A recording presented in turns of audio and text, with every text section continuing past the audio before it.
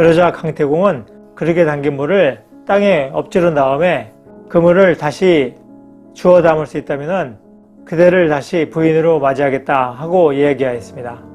안녕하십니까? 오늘은 엎질러진 물이라는 주제입니다.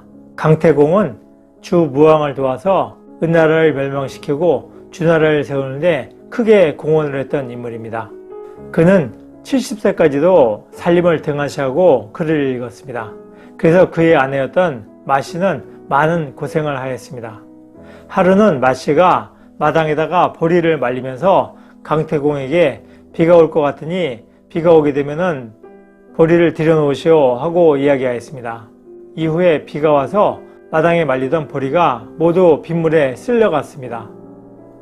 그것을 보고 돌아온 마씨는 크게 화를 내면서 강태공과 이혼하고 떠나갔습니다.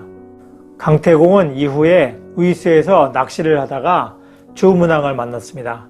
그리고 그와 그의 아들을 도와서 은나라를 멸망시키고 주나라를 세우는데 큰 공을 세우게 됩니다.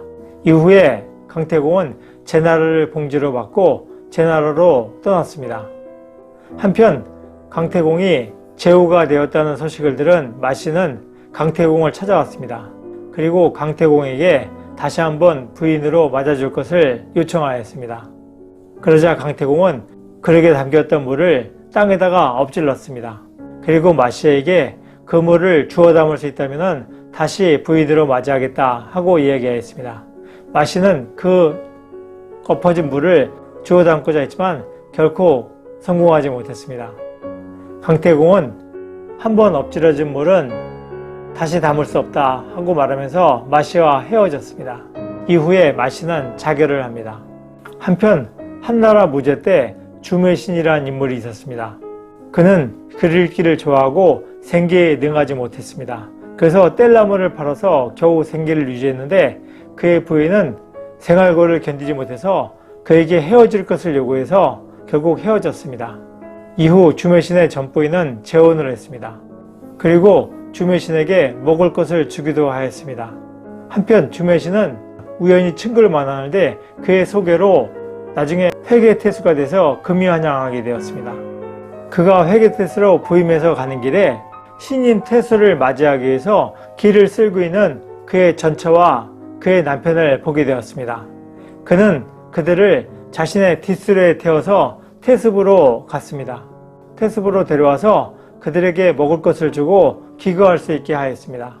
그런데 그로부터 일주일 후에 그의 전처는 자결을 하였습니다. 주매신은 전처의 남편에게 돈을 주어서 후하게 장례를 치르도록 하였습니다. 강태공의 부인과 주매신의 부인은 현재의 어려움을 견디지 못하고 결국 이혼하였습니다. 그리고 나중에 후회하고 자결을 합니다. 생계를 등한시하는 남편을 바라보고 사는 여인의 고통은 참으로 클 것입니다. 이혼을 요구한 여인만을 비난하기는 어렵습니다. 그러나 한편으로는 경제적인 어려움을 이유로 이혼하는 것은 참으로 권하기가 어렵습니다. 사람의 운명이란 확언하기는 어렵습니다. 부부 사이의 헤어짐은 최후의 선택입니다. 심사숙고하고 후회를 남기지 말아야 할 것입니다.